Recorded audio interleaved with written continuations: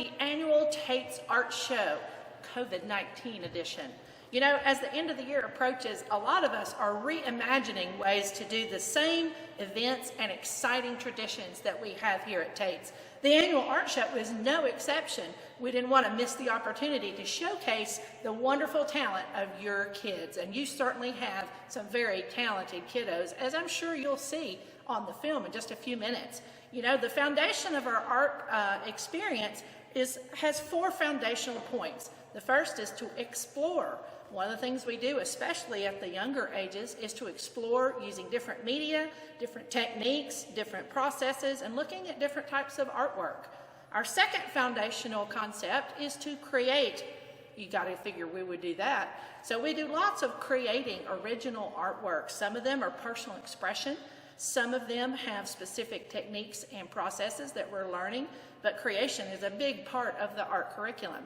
The third foundational concept is to respond. We want to learn how to talk about our artwork, and we want to learn how to look at and talk about others' artwork, because that helps us improve ourselves.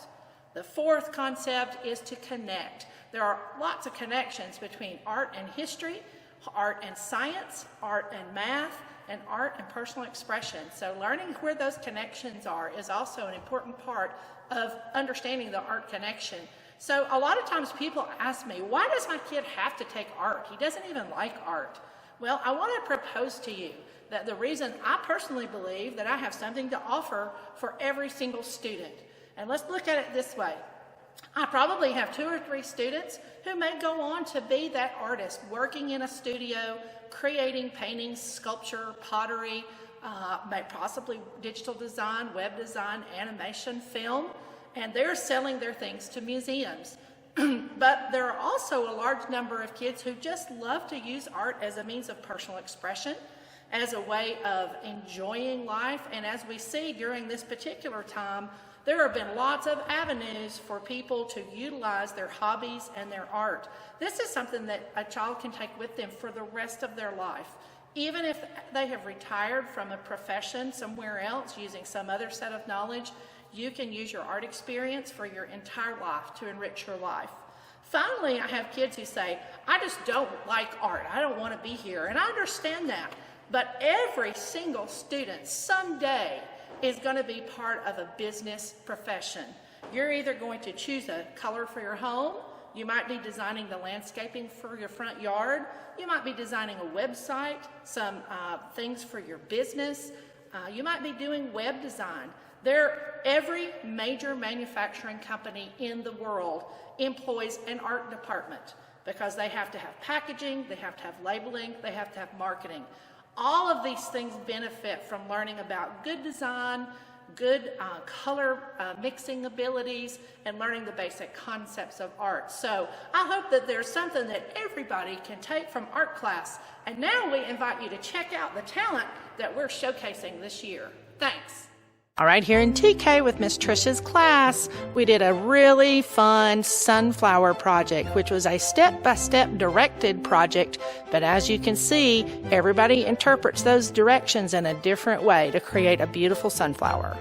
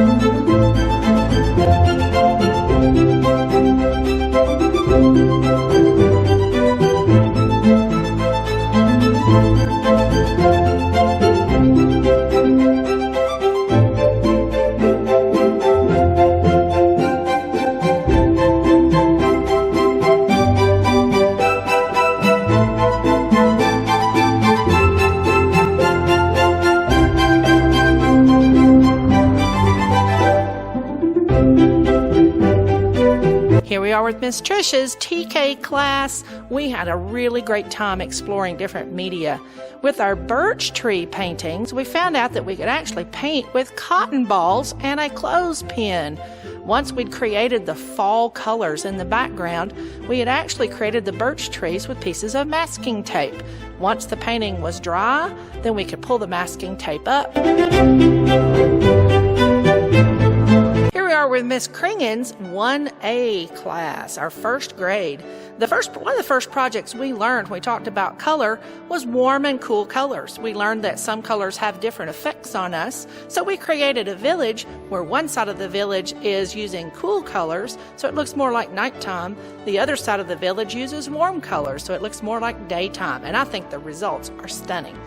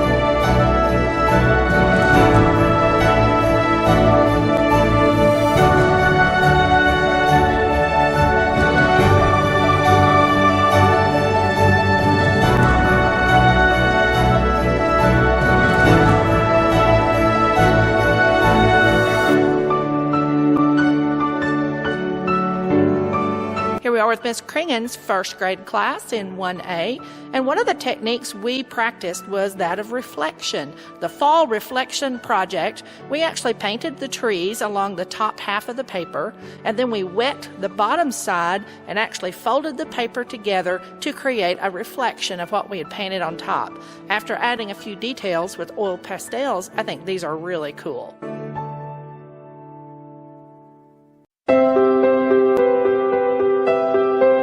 Here we are with Miss Strader's second grade, and one of the projects we really enjoyed, one of the first things we did was to explore the elements of art: line, shape, shading, texture, and form. We created these line monsters by exploring how many different kinds of lines we could create, and then we turned those into scary monsters, which turned out really great.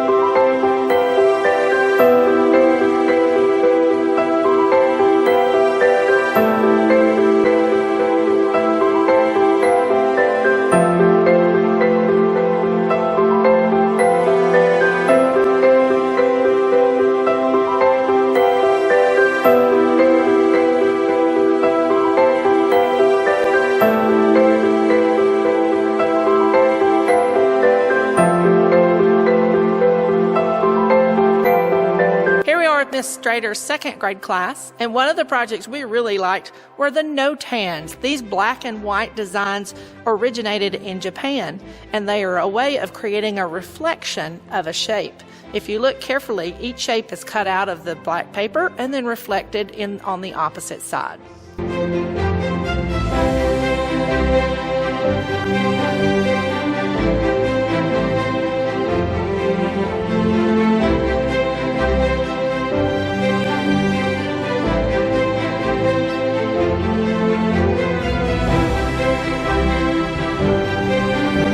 For the last couple of weeks before we started distance learning, we studied architecture in Miss Strader's second grade class. You can see that these are called our four-square houses. We explored what goes into each room, and we actually drew each room, and we drew the furniture that we could remember in our own house. Next to those, we studied the work of artist Giacometti. Giacometti created these long, tall, thin metal sculptures of people that were always by themselves. And I think during this time of our COVID-19 awareness, he felt that man was very isolated from each other due to our technology. And so we have explored some of that idea with these aluminum foil sculptures of figures much like Giacometti's.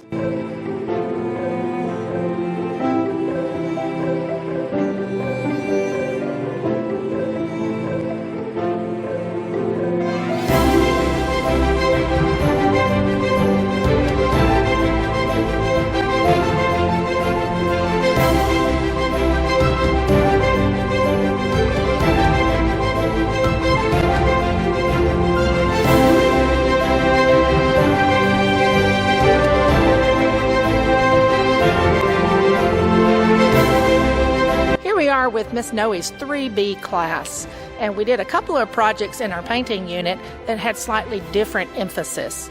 Our first one was a Kandinsky landscape, and Vasily Kandinsky was a Russian painter, and early in his career he liked to do landscapes that were in simple flat colors with heavy thick black outlines. So we experimented with that style of creating very flat but very colorful landscapes. Another artist that we looked at in third grade was the female American artist Georgia O'Keeffe. She liked to zoom in super close to beautiful flowers and then paint them very large on the canvas. So for this project, we really had to practice our blending and mixing colors and creating new colors by using the color wheel.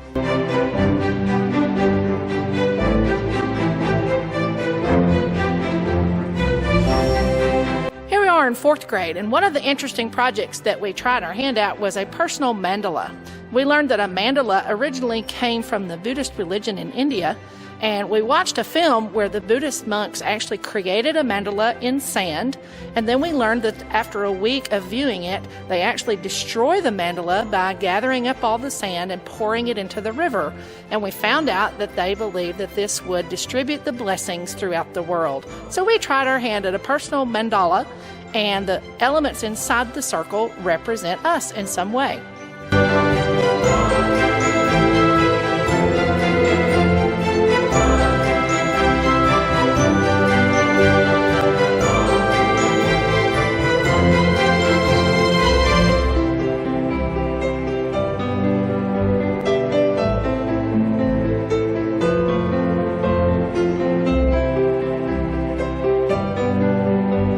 In the fifth grade, we sort of zoomed our focus in on a very small space, and that is we looked at insects.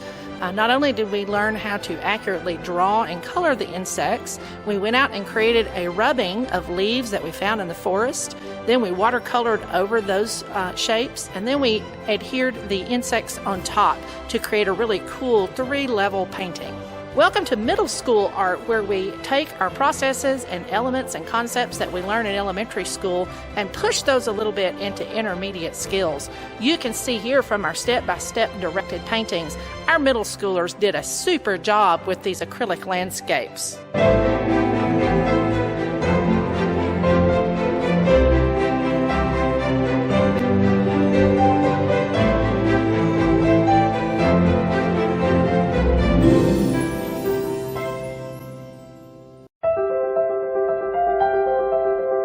Here we are with middle school, and our sixth graders explored our first sculpture project by seeing if we could create an abstract sculpture from the letters of our name. So as you see these sculptures, see if you can figure out which student did each sculpture because their name is included.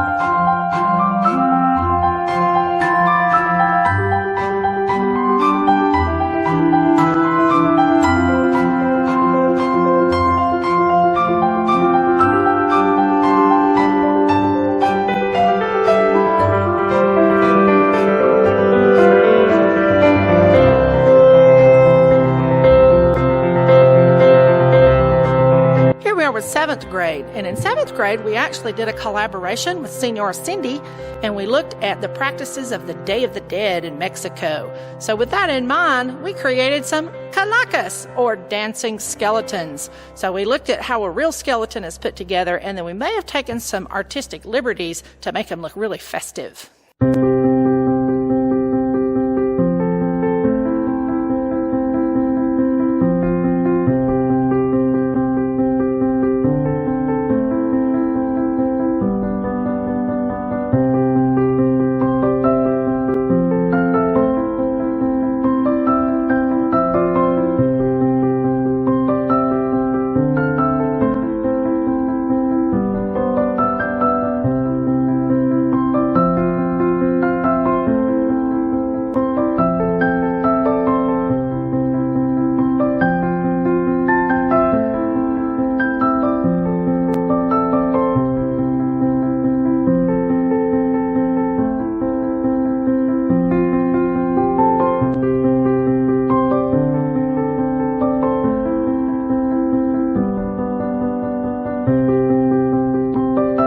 In our sculpture unit, we looked at the work of Pablo Picasso, and we talked about Cubism.